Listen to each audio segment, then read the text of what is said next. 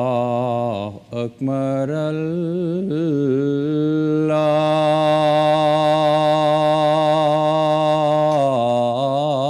اللہ اکبر اللہ اکبر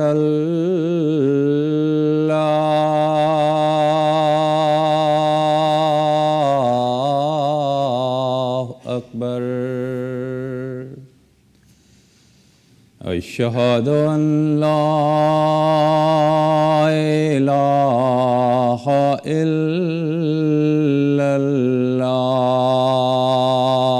اللہ اشہد ان لا الہ الا اللہ اشہد ان محمد رسول اللہ اشہد ان محمد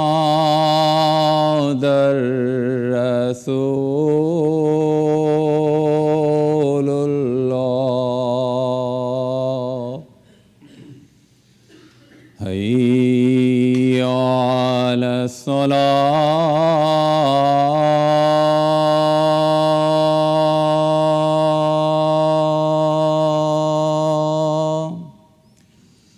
حی علی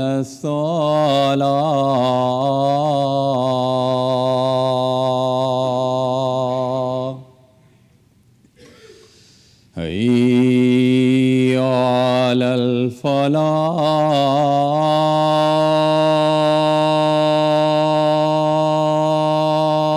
الفلاح حی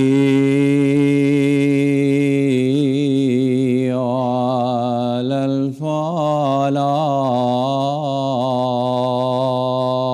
الفلاح اللہ اکبر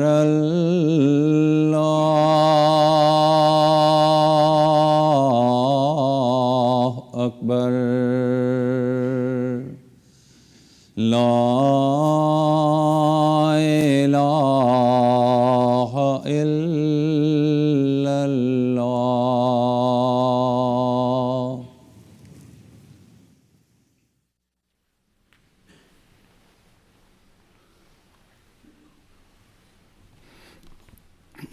السلام علیکم ورحمۃ اللہ.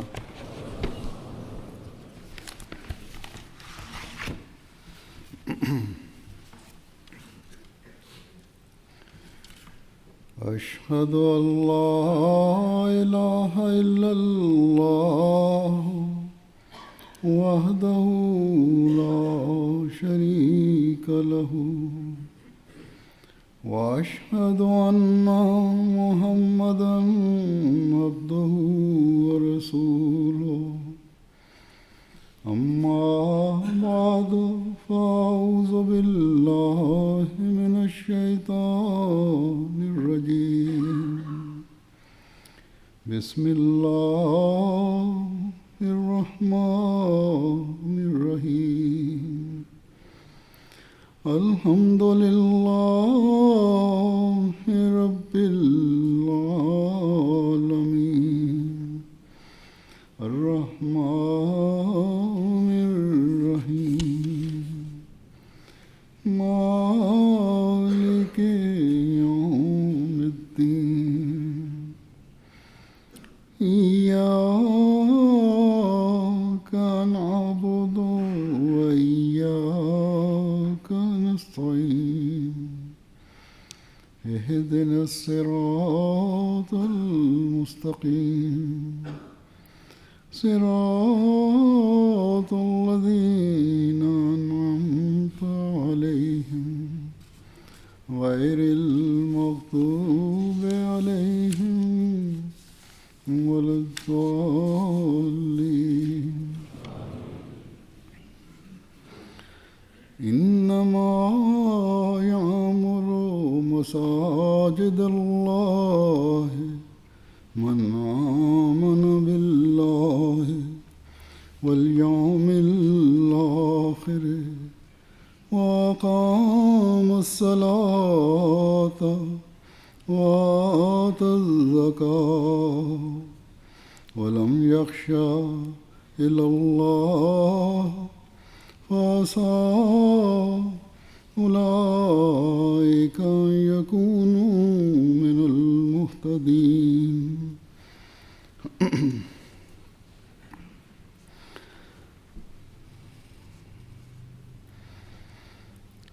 اس کا ترجمہ ہے اس آیت کا کہ اللہ کی مساجد تو وہی آباد کرتا ہے جو اللہ پر ایمان لائے اور یوم آخرت پر ایمان اور نماز قائم کرے اور زکوٰۃ دے اور اللہ کے سوا کسی سے خوف نہ کھائے.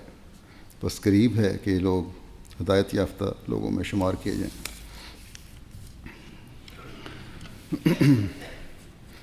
آج اللہ تعالیٰ کے فضل سے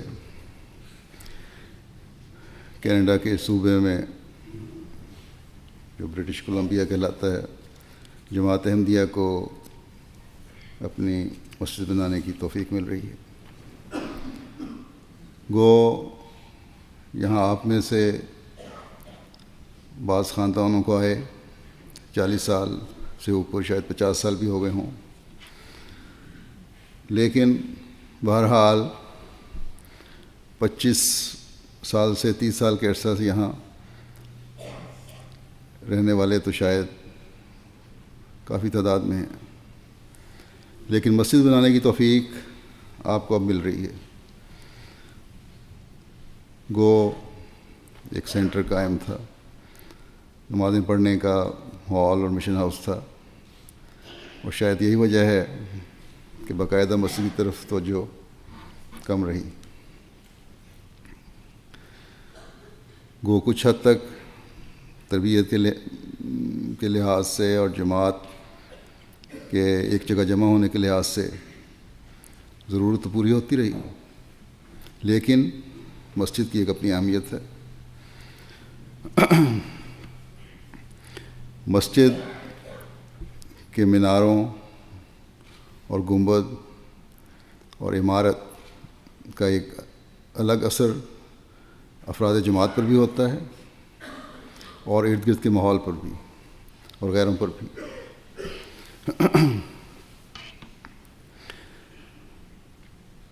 اسلام کے تعارف کے نئے نئے راستے کھلتے ہیں، تبلیغ کے لیے نئے رابطے پیدا ہوتے ہیں. یہی وجہ ہے کہ حضرت مسیح موعود علیہ الصلوۃ والسلام نے مساجد کی تعمیر کی طرف بہت توجہ دلائی ہے کہ اس طرح جہاں جماعت کی اکائی قائم ہوگی وہاں تبلیغ میں بھی وسعت پیدا ہوگی. بے شک آپ نے یہ بھی فرمایا ہے کہ چاہے غریبانہ سی چھوٹی سی مسجد ہو، لیکن یہ مسجد بنانا ضروری ہے. اس لیے شاید بعض ذہنوں میں خیال آئے کہ ہم اتنی بڑی مسجد یا مساجد یوں بناتے ہیں کیونکہ اب بعض جماعتوں کی طرف سے مساجد کا مطالبہ بڑھ رہا ہے، بعضوں کے وسائل پورے نہیں اور مرکزی طور پر فنڈ مہیا کیے جاتے ہیں. تو خیال ہو سکتا ہے کہ چھوٹی مساجد ہوں تو اس رقم میں زیادہ مسجدیں بن سکتی ہیں، لیکن ایک بنیادی اصول اگر ہم اپنے مد نظر رکھیں تو شاید یہ سوال نہ ابھرے، اور وہ ہے انما الاعمال بالنیات، کہ اعمال کا دار و مدار نیتوں پر ہے. وینکوور برٹش کولمبیا کا سب سے بڑا شہر ہے. احمدیوں کی تعداد بھی میرے خیال میں اسی شہر میں سب سے زیادہ ہے اس صوبے میں. اور آپ کی تعداد کے لحاظ سے یہ کوئی بڑی مسجد نہیں ہے. اور پھر خدا تعالیٰ اپنے فضل سے جو تبلیغ کے راستے کھول رہا ہے وہ بھی ہم سے تقاضا کرتے ہیں کہ ہماری جگہیں بھی وسیع ہونی چاہیے. پھر ہماری جگہوں میں وسعت حضرت مسیح موعود علیہ الصلوۃ والسلام کے اس الہام کے تحت بھی ضروری ہے، جس میں اللہ تعالیٰ نے آپ کو فرمایا ہے کہ وسع مکانک، کہ تو اپنا مکان کو وسیع کر. مکانیت کی وسعت صرف گھروں میں مہمان ٹھہرانے کے لیے نہیں ہے، لوگوں کے آنے کی وجہ سے، جلسے کی وجہ سے نہیں تھی، بلکہ مساجد کی وسعت کے لیے بھی یہ ضروری ہے، یہ الہام ہے. اور مساجد کی وسعت بھی اسی زمرے میں آتی ہیں. پھر اس زمانے میں حضرت مسیح موعود علیہ الصلوۃ والسلام کو اللہ تعالیٰ نے ابراہیم کہہ کر مخاطب فرمایا، اور حضرت ابراہیم علیہ السلام کے ذریعے خانہ کعبہ کی تعمیر ہوئی. خدا تعالیٰ کے سب سے پہلے گھر کو توحید کے قیام کے لیے دوبارہ اس کی بنیادوں پر استوار کیا گیا،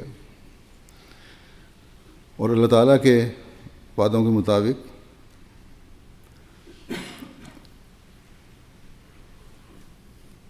حضرت مسیح موعود علیہ الصلوۃ والسلام کے ذریعے سے ہی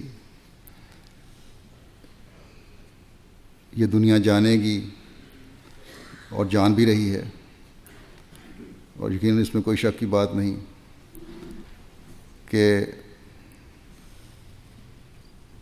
اسلام کی نشت ثانیہ آپ کے ذریعے سے ہوئی، اور روحانی لحاظ سے خانہ کعبہ کی تعمیر کے مقاصد کو اس زمانے میں حضرت مسیح موعود علیہ الصلوۃ والسلام کے ذریعے سے ہی پورا ہونا ہے، اور دنیا نے اس کو جاننا ہے.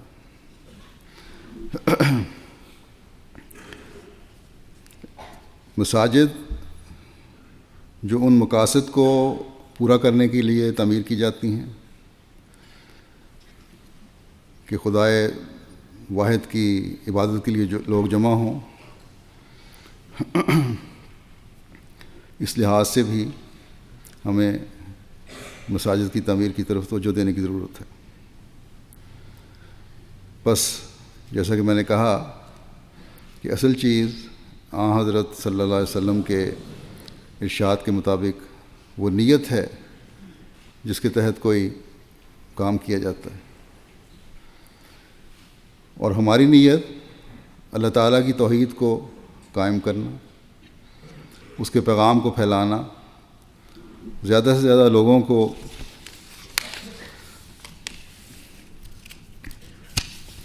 اللہ تعالیٰ کی وحدانیت کے جھنڈے تلے لانا ہے، اپنی حالتوں اور اپنی نسلوں کی حالتوں میں روحانی انقلاب پیدا کرنا ہے، اور یہ انقلاب پیدا کرتے ہوئے اپنے آپ کو اور اپنی نسلوں کو خدائے واحد کے آگے جھکنے والا بنانا ہے.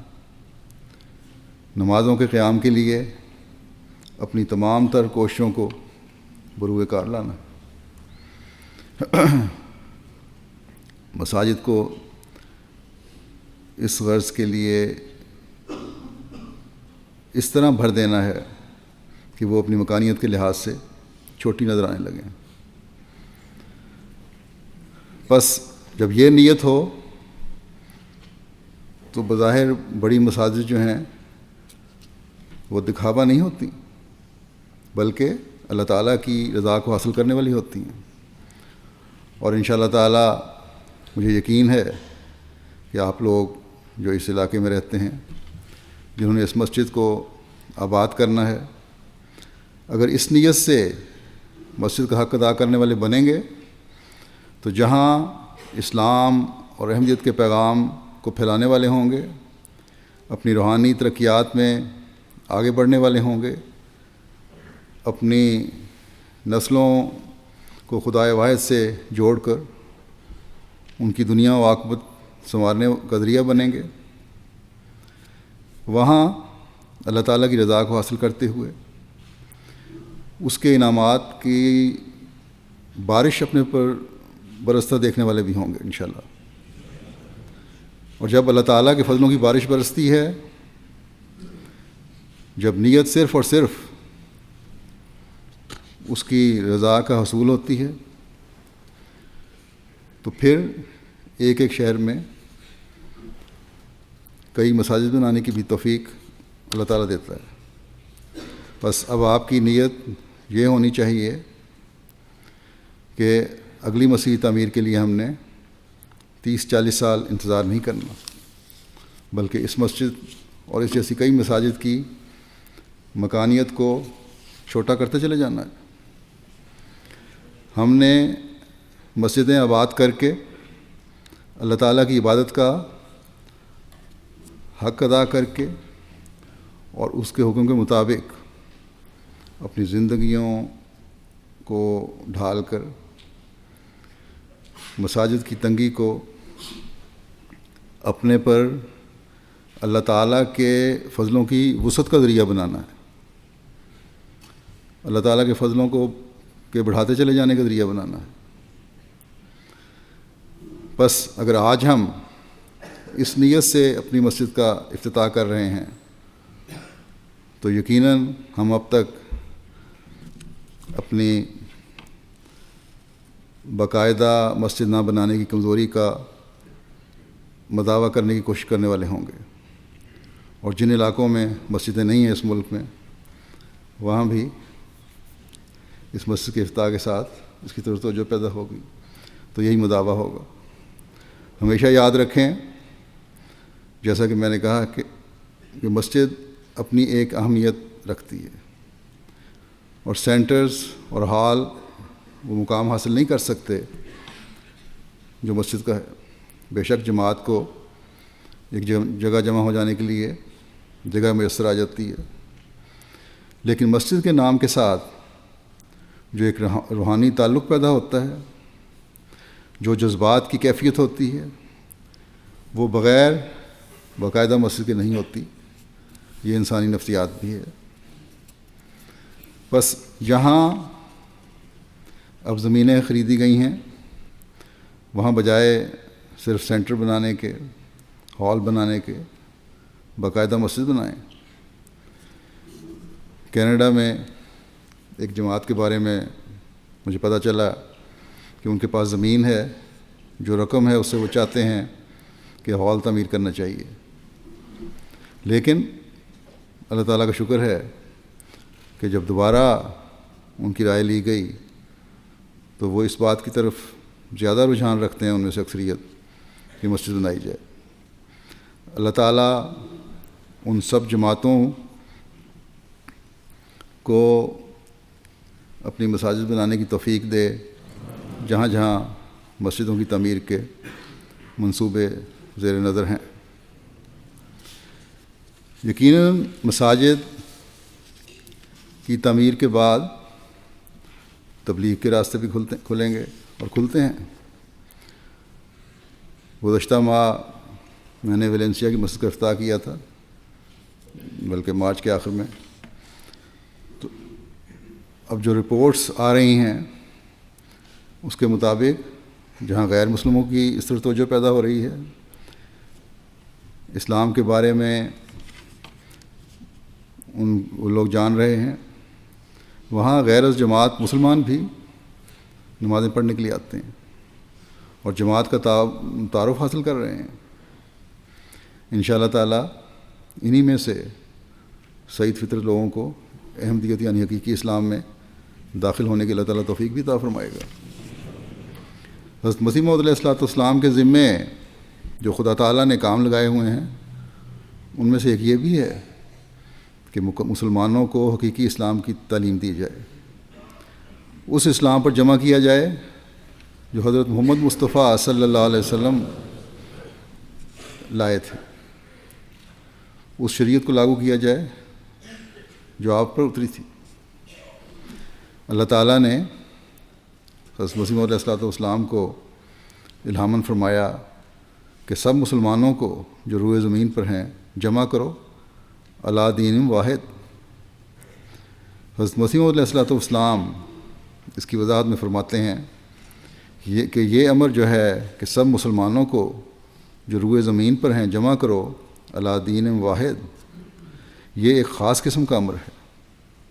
پھر آپ علیہ السلام نے حضرت ابراہیم علیہ السلام کی مثال دے کر فرمایا کہ جس طرح اللہ تعالیٰ نے حضرت ابراہیم کے لیے بھڑکائی ہوئی آگ کو فرمایا تھا کہ بردوں و سلامہ، کہ ٹھنڈی ہو جا اور سلامتی کا باعث بن جا، اور وہ معنی ہی اسی طرح پورا ہو گیا۔ آپ نے فرمایا کہ یہ امر جو میرے اس الہام میں ہے یہ بھی اسی قسم کا معلوم ہوتا ہے کہ اللہ تعالیٰ چاہتا ہے کہ مسلمانان روئے زمین علی دین واحد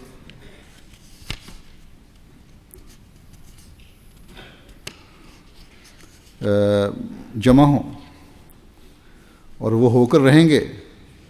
ہاں، اس سے یہ مراد نہیں ہے کہ ان میں کوئی کسی قسم کا بھی اختلاف نہ رہے، اختلاف بھی رہے گا مگر وہ ایسا ہوگا جو قابل ذکر اور قابل اعتراض نہیں۔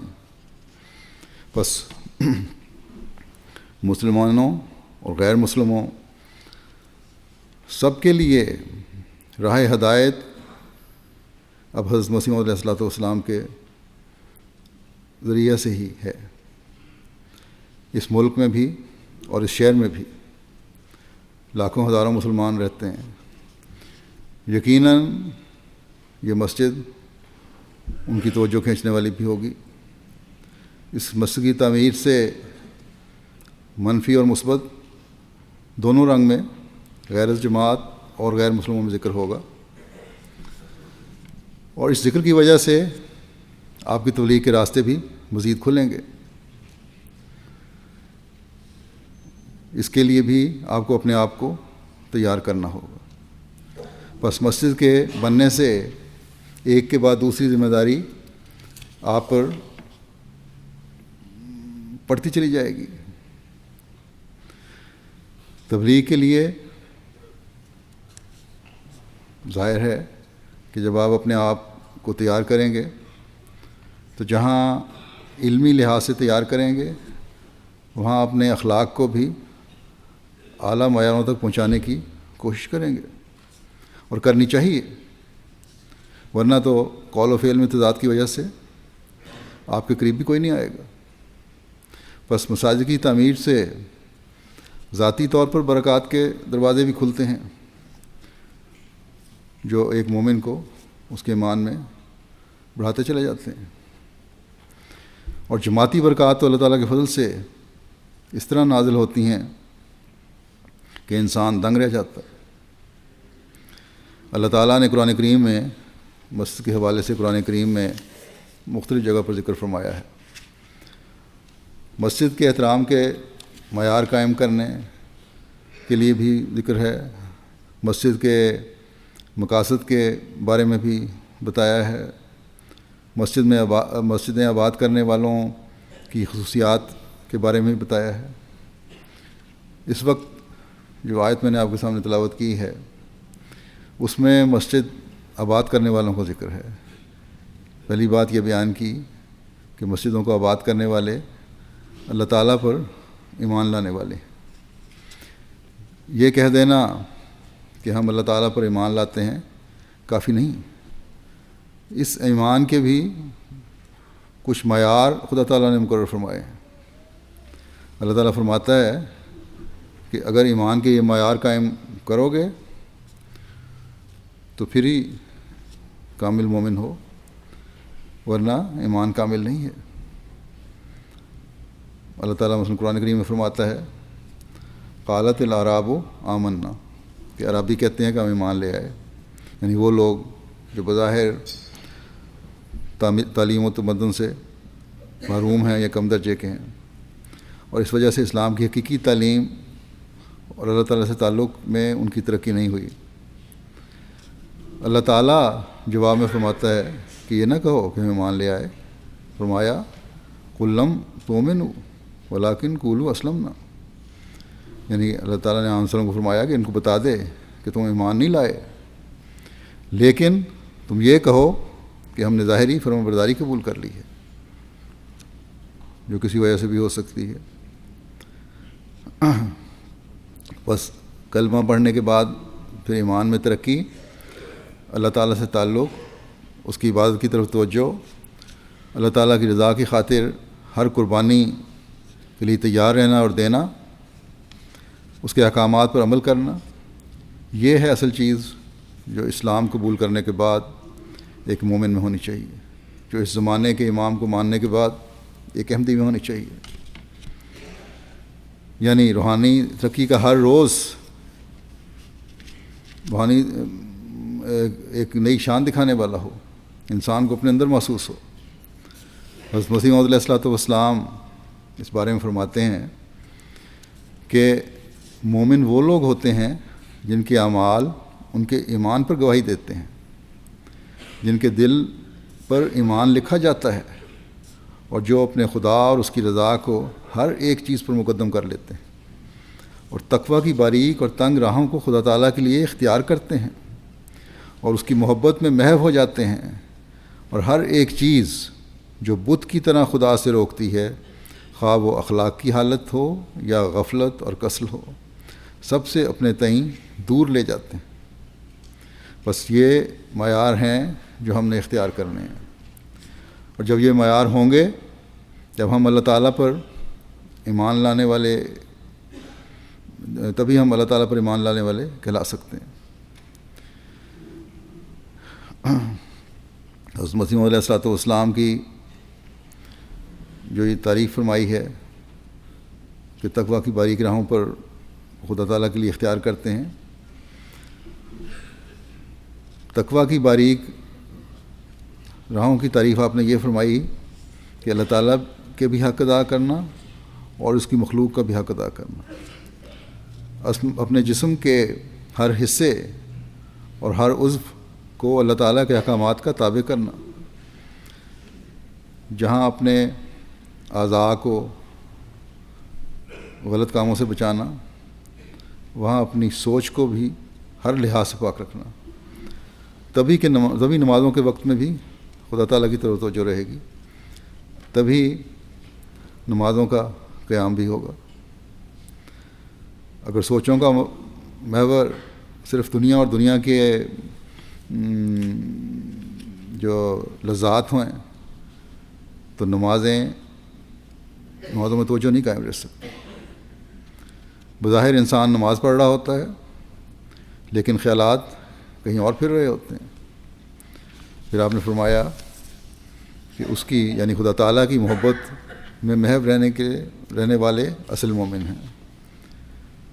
حضرت صلی اللہ علیہ وسلم نے ایک مومن کی یہ نشانی بتائی کہ اس کا دل ایک نماز سے دوسری نماز تک مسجد میں اٹکا رہتا ہے، وہ اس انتظار میں ہوتا ہے کہ اگلی نماز کا وقت ہو تو میں مسجد جاؤں۔ دنیاوی کام بھی انسان کے لیے ضروری ہیں۔ حضرت مسیح موعود علیہ الصلوۃ والسلام نے ہمیں یہی بات واضح کر کے فرمائی ہے کہ جو اپنے کاموں کو جو اس کے ذمے ہیں ان کا حق ادا نہیں کرتا، وہ بھی قابل مواخذہ ہے، چاہے وہ تجارت ہے، چاہے وہ ملازمت ہے، چاہے وہ کھیتی باڑی ہے، کچھ بھی ہو۔ لیکن ان دنیاوی کاموں کے دوران بھی خدا تعالیٰ یاد رہنا چاہیے، اور جب خدا تعالیٰ یاد ہوگا، یہ احساس ہوگا کہ یہ دنیاوی کام بھی خدا تعالیٰ کے حکم کے مطابق میں بجا لا رہا ہوں، تو پھر ایمانداری سے اس کا حق ادا کرنے کی بھی انسان کوشش کرے گا، یعنی اپنے کام کا، اور کسی قسم کے غلط اور ناجائز فائدے سے بھی بچنے کی کوشش کرتا ہے پھر انسان۔ پھر ایک مومن کی دنیا داری کے کاروبار میں بھی، ایک مومن کی جو دنیا داری کا کاروبار ہے وہ بھی پھر دین بن جاتا ہے، کیونکہ خدا تعالیٰ کی یاد اور اس کی رضا ہر وقت پیش نظر رہتی ہے۔ صحابہ جو ہمارے سامنے نمونے قائم کر گئے وہ صرف ہمارے لیے وقتی حظ اٹھانے کے لیے نہیں تھے، تعریف کرنے کے لیے نہیں تھے. ان کو ہماری تعریف کی ضرورت نہیں ہے، ان کی تو خدا تعالیٰ نے تعریف کر دی. ان کو عزت مل گئی اللہ تعالیٰ سے کہ اللہ ان سے راضی ہوا. بس جس سے خدا تعالیٰ راضی ہو جائے اس کو کسی بندے کی حاجت نہیں رہتی کہ اس کی تعریف کی جائے. ہاں، یہ نمونے ہمیں یہ بتاتے ہیں کہ اگر تم ان کے نمونوں پر چلو گے، اللہ تعالیٰ کی محبت کو سامنے رکھتے ہوئے کاروبار زندگی سر انجام دو گے تو خدا تعالیٰ تمہیں بھی اپنی رضا کی راہوں پر چلنے والوں میں شمار کرے گا.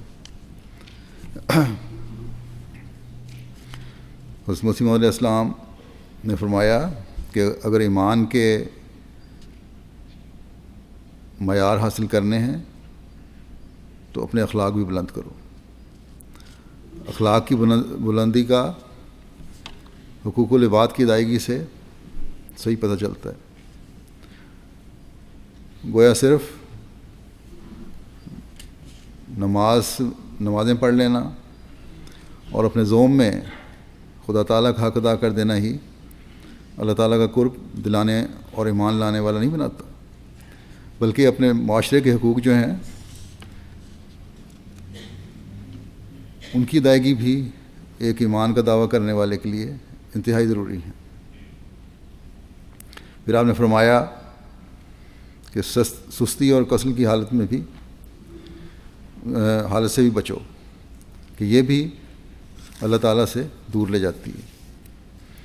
اکثر 5 وقت نمازیں نہ پڑھنے والوں سے جب وجہ پوچھو تو میں پوچھتا رہتا ہوں تو یہی جواب ہوتا ہے، سستی اور لاپرواہی کا ہی بتاتے ہیں. یعنی پھر یہ سستیاں جو ہیں خدا تعالیٰ کی محبت سے بھی غافل کرتی ہیں، اور یہ غفلت آہستہ آہستہ دین سے بھی دور لے جاتی ہے. آخرت کا خوف، اللہ تعالیٰ کے حضور پیش ہونے کا خوف، یہ بھی نہیں رہتا پھر. اس لیے اللہ تعالیٰ نے مسجدوں کو آباد کرنے والوں کی نشانی آخرت پر ایمان بھی بتائی ہے کہ اس زندگی میں کیے گئے جو اعمال ہیں ان کا بدلہ آخرت میں ملنا ہے. خالصتاً خدا تعالیٰ کی رضا کے حصول کے لیے کی گئی باتیں اور اس دنیا میں اللہ تعالیٰ پر ایمان ہدایت یافتوں میں شمار کروا کر خدا تعالیٰ کی جنتوں کا وارث بنائے گا. پھر فرمایا کہ اللہ تعالیٰ کی مساجد آباد کرنے والے جہاں نمازوں میں باقاعدگی اختیار کرتے ہیں، 5 وقت مسجد میں آتے ہیں، اس کا حق ادا کرتے ہیں، وہاں مالی قربانیاں کرنے والے بھی ہوتے ہیں. خدا تعالیٰ کی رضا کے حصول کے لیے مالی قربانی کرتے ہیں. اللہ تعالیٰ کے فضل سے جماعت احمدیہ مالی قربانی کے لیے کے لحاظ سے غیر معمولی قربانی کرنے والی ہے. کم از کم ایک طبقہ ایسا ہے جو غیر معمولی قربانی کرنے والا ہے. اس مسجد کی تعمیر میں بھی کئی افراد ایسے ہیں جنہوں نے لاکھ بلکہ لاکھوں ڈالر تک قربانی دی ہے. مساجد کے لیے تو بعض غیر احمدی مسلمان بھی بڑھ چڑھ کر قربانیاں دے لیتے ہیں، لیکن احمدی کی انفرادیت یہ ہے کہ وہ مستقل چندوں کی ادائیگی بھی کرتے ہیں اور پھر تحریکات میں بھی اپنا حصہ ڈالتے ہیں. اس لحاظ سے ان کی قربانیاں بہت اہمیت رکھتی ہیں، اور خاص طور پر آج کل کے مادی دور میں اور معاشی حالات میں. اللہ تعالیٰ ان سب قربانی کرنے والوں کے اموال و نفوس میں بھی بے انتہا برکت ڈالے. لیکن یہ یاد رکھنا چاہیے کہ صرف ایک عمل تقویٰ کا معیار حاصل نہیں کرواتا یا ایمان کامل نہیں ہوتا اس سے، بلکہ ایک مومن کے لیے حقوق اللہ اور حقوق العباد دونوں کی ادائیگی ضروری ہے. قرآن کریم نے ایمان لانے والوں کی اور جگہوں پر بھی بعض نشانیوں کا ذکر کیا ہے، جن کو ایک آدھ کو میں مختصراً بیان کر دیتا ہوں، کیونکہ ان باتوں کو اختیار کر کے ہی حقیقی ہدایت یافتہ انسان کہلا سکتا ہے اور مسجدوں کا حق ادا کرنے والا انسان بن سکتا ہے۔ فرمایا والذین آمنوا اشد حبا للہ، کہ جو لوگ مومن ہیں وہ سب سے زیادہ اللہ تعالیٰ سے محبت کرتے ہیں۔ حضرت مسیح موعود علیہ السلام فرماتے ہیں کہ محبت کا انتہا عبادت ہے، اس لیے محبت کا لفظ حتمی طور پر خدا تعالیٰ سے خاص ہے۔ پھر آپ فرماتے ہیں کہ عبادت کے دو حصے تھے، ایک وہ جو انسان اللہ تعالیٰ سے ڈرے، جو ڈرنے کا حق ہے۔ خدا تعالیٰ کا خوف انسان کو پاکیزگی کے چشمے کی طرف لے جاتا ہے اور اس کی روح گداز ہو کر الوہیت کی طرف بہتی ہے اور عبودیت کا حق کا حقیقی رنگ اس میں پیدا ہو جاتا ہے۔ ایک تو یہ ہے خوف ہے کہ اللہ تعالیٰ کے خوف سے دل پگھلتا ہے، اس کے آگے سجدہ ریز انسان ہوتا ہے، اس کی عبادت کا حق ادا کرنے کی کوشش کرتا ہے اور صحیح عابد بننے کی کوشش کرتا ہے۔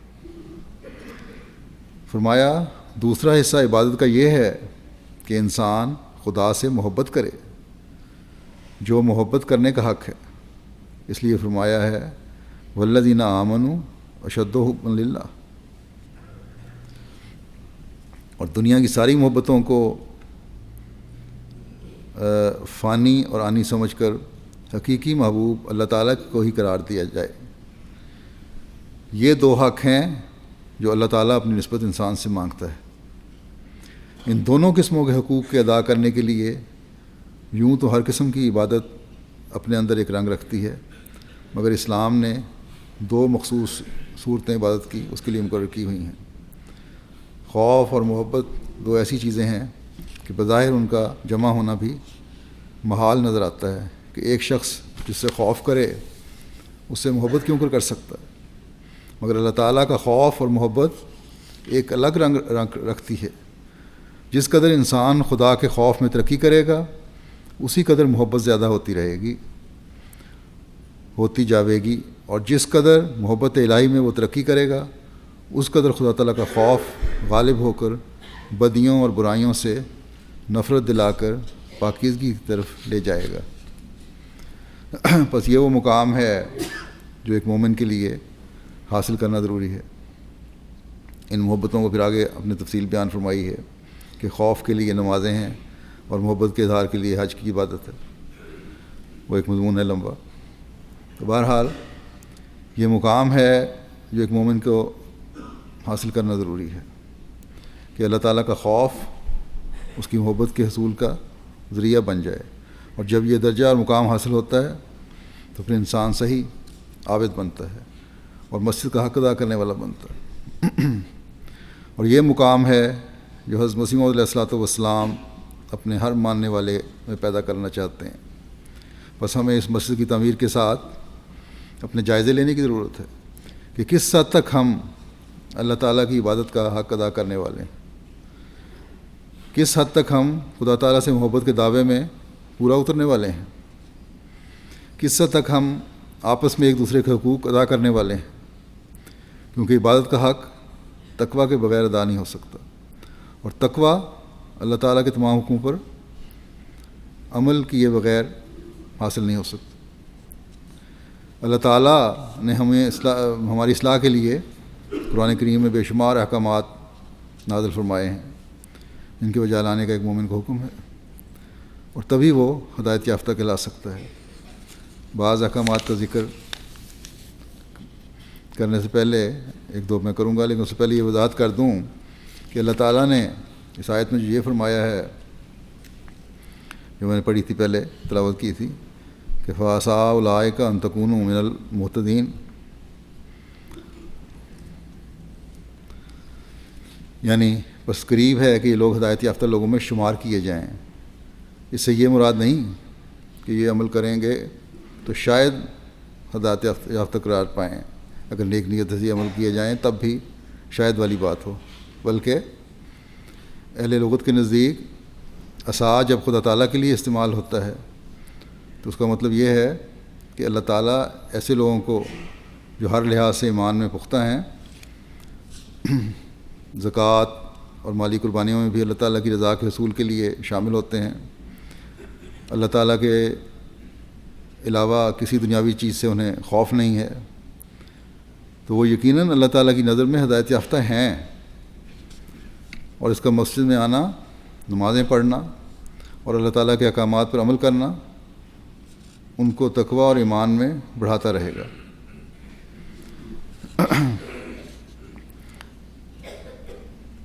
اور ان کے معیار تقوی کے بلند ہوتے چلے جائیں گے۔ بس خوش قسمت ہیں ہم میں سے وہ جو اللہ تعالیٰ کی نظر میں ہدایت یافتہ بن کر اس کے قرب میں ترقی کر رہے ہیں۔ بعض ایک تو ذمہ داریوں کے متعلق بھی عرض کر دوں جو خدا تعالیٰ نے ہم پر ڈالی ہیں، یا وہ باتیں جن کا اللہ تعالیٰ نے ہمیں حکم دیا ہے۔ اللہ تعالیٰ فرماتا ہے کہ کنتم خیر امۃ اخرجت للناس تأمرون بالمعروف وتنہون عن المنکر وتؤمنون باللہ، کہ تم سب سے بہتر جماعت ہو جسے لوگوں کے فائدہ کے لیے پیدا کیا گیا ہے، تم نیکی کی ہدایت کرتے ہو اور بدی سے روکتے ہو اور اللہ تعالیٰ پر ایمان رکھتے ہو۔ بس اس آیت میں ایک حقیقی مسلمان کی خوبیاں بیان کی گئی ہیں کہ بدی سے روکنے والا ہے، نیکی کی تلقین کرنے والا ہے، اور یہ کام اس وقت تک نہیں ہو سکتا جب تک انسان اپنے قول و فعل میں ایک جیسا نہ ہو۔ اگر ہمارے عمل ہماری باتوں سے مختلف ہیں تو ہمارے اپنے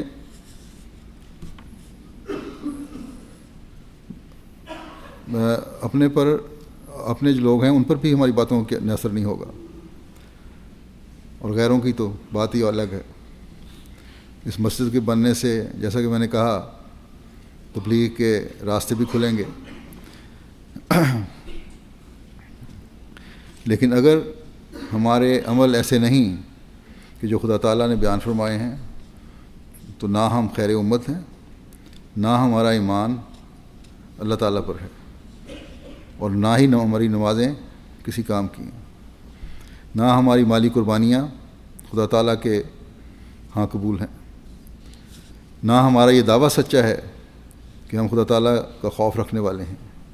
بس اللہ تعالیٰ کے احکامات کے مطابق اپنے آپ کو ڈھالنا ہمارا سب سے اولین فرض ہے اور پہلی ضرورت ہے۔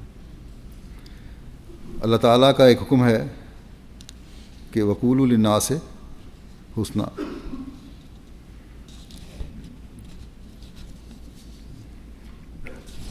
وقولوا للناس حسنا، صحیح لفظ حسنا ہی ہے نا، سوری وقولوا للناس حسنا، کہ لوگوں سے نرمی اور ملاطفت سے بات کریں۔ اس کا سب سے پہلا اظہار تو ہمارا آپس میں ہونا چاہیے، اور خاص طور پر عہدیداروں کو اس پر توجہ دینی چاہیے۔ تبلیغ سے پہلے تو ہم نے اپنی مسجدوں کو ایسے لوگوں سے، عبادت صالحین سے بھرنا ہے جو اللہ تعالیٰ کی خاطر اس کی عبادت کا حق ادا کرنے والے ہوں۔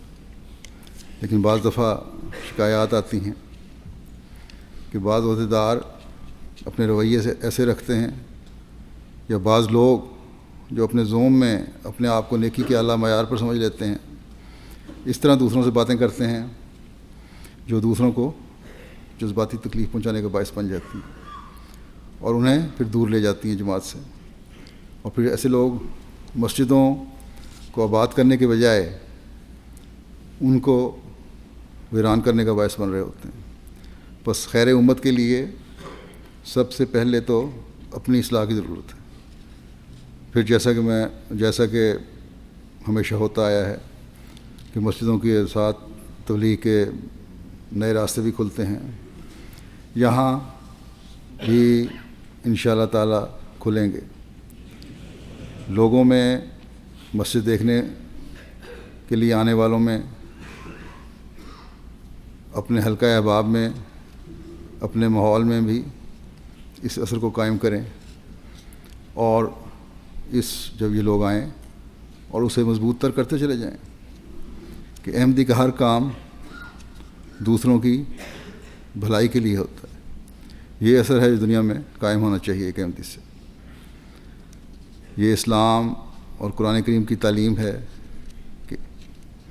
کہ ہم اپنے فائدے کے بجائے دوسروں کا فائدہ سوچتے ہیں، اور نہ صرف سوچتے ہیں بلکہ عملی رنگ میں اس کا اظہار کرتے ہیں.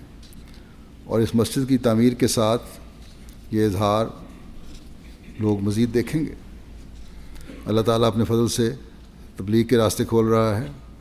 بعض ایسے حیرت انگیز رابطے ہوتے ہیں کہ جو اپنی کوششوں سے نہیں ہو سکتے، اور یہاں بھی آپ دیکھیں گے کہ ایسے رابطے ہوں گے.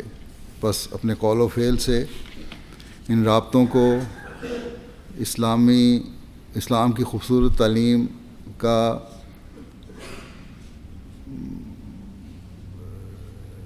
گرویدہ بنا لیں. ان رابطوں کو، جیسا کہ میں نے کہا کہ آپ کے آپس کے تعلقات، محبت اور پیار جو ہے خدا تعالیٰ کی رضا کے حصول کے لیے بڑھتے چلے جانے والا ہونا چاہیے. اس طرف بھی خاص توجہ دیں کہ تبلیغ کے لیے یہ بھی ضروری ہے، اور جماعت کی مضبوطی کے لیے بھی ضروری ہے. اللہ تعالیٰ کی رضا کو حاصل کرنے کے لیے بھی یہ بات ضروری ہے. اللہ تعالیٰ کرے کہ اس مسجد کے بننے سے جماعت اندرونی طور پر بھی مضبوط ہو، اللہ تعالیٰ کے احکامات پر عمل کرنے والی ہو، مسجدوں کو آباد کرنے والی ہو. آپ میں سے ہر ایک کا دل اس طرح مسجد سے میں اٹکا رہے جس طرح حضرت صلی اللہ علیہ وسلم نے ایک مومن سے توقع فرمائی ہے.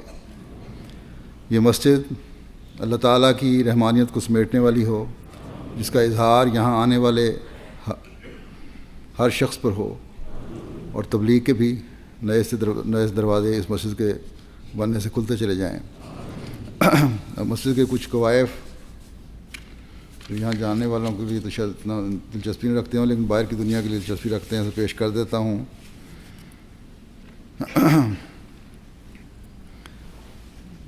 اس مسجد کی تعمیر کا اعلان تو 1997 میں تقریباً اسی رابع نے فرمایا تھا، جو بیت الرحمن نام بھی رکھا تھا. یہ کل تقریباً 4.25 ایکڑ کا رقبہ ہے اس کا، اور مسقف حصہ کورڈ ایریا جو ہے 33,419 مربع فٹ ہے. 2 منزلیں ہیں. گنبد کی اونچائی 47 فٹ ہے. مینار کی اونچائی 76 فٹ ہے.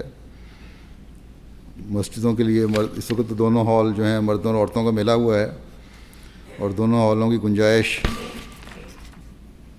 جس کا ایریا 6,800 مربع فٹ ہے، اور 1050 افراد نماز پڑھ سکتے ہیں.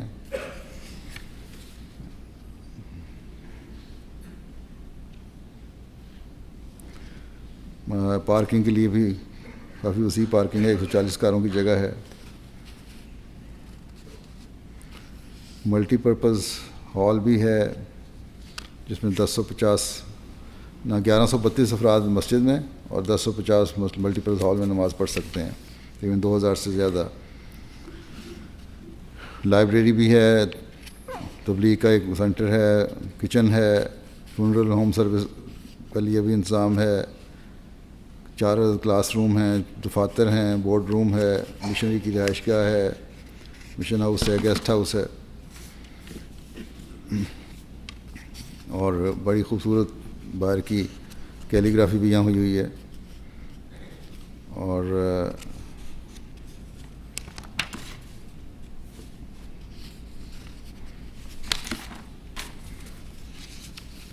خاص باتیں میں نے بتا دی ہیں. اس کا خرچ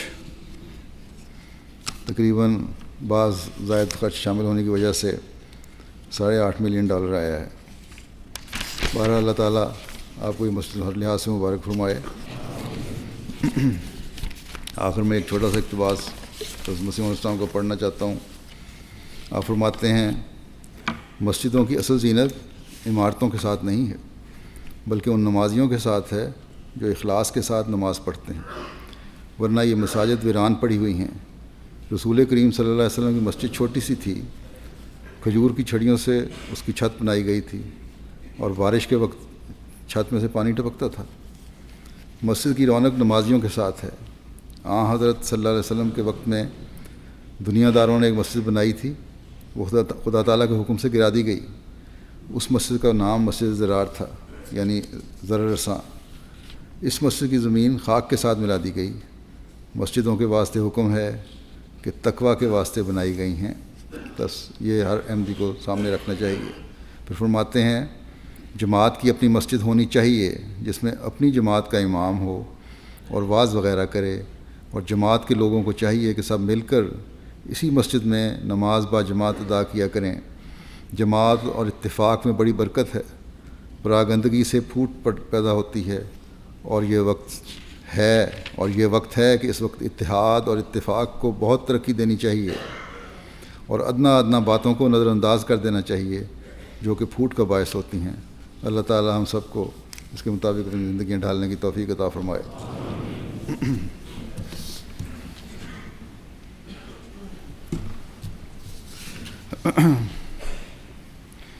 الحمد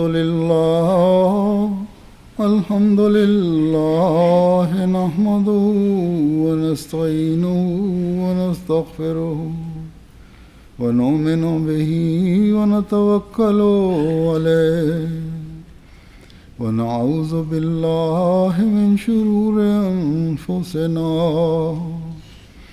ومن سیئات اعمالنا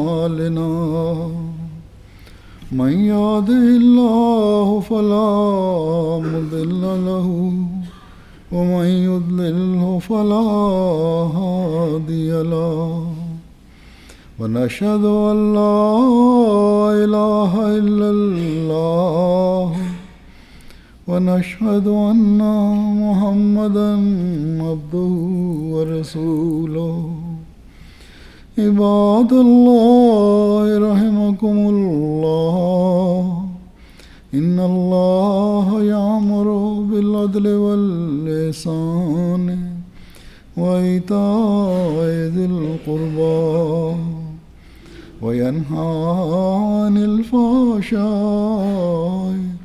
والمنكر والبغي يعظكم لعلكم تذكرون اذكروا الله يذكركم وادعوه يستجب لكم ولذكر الله أكبر۔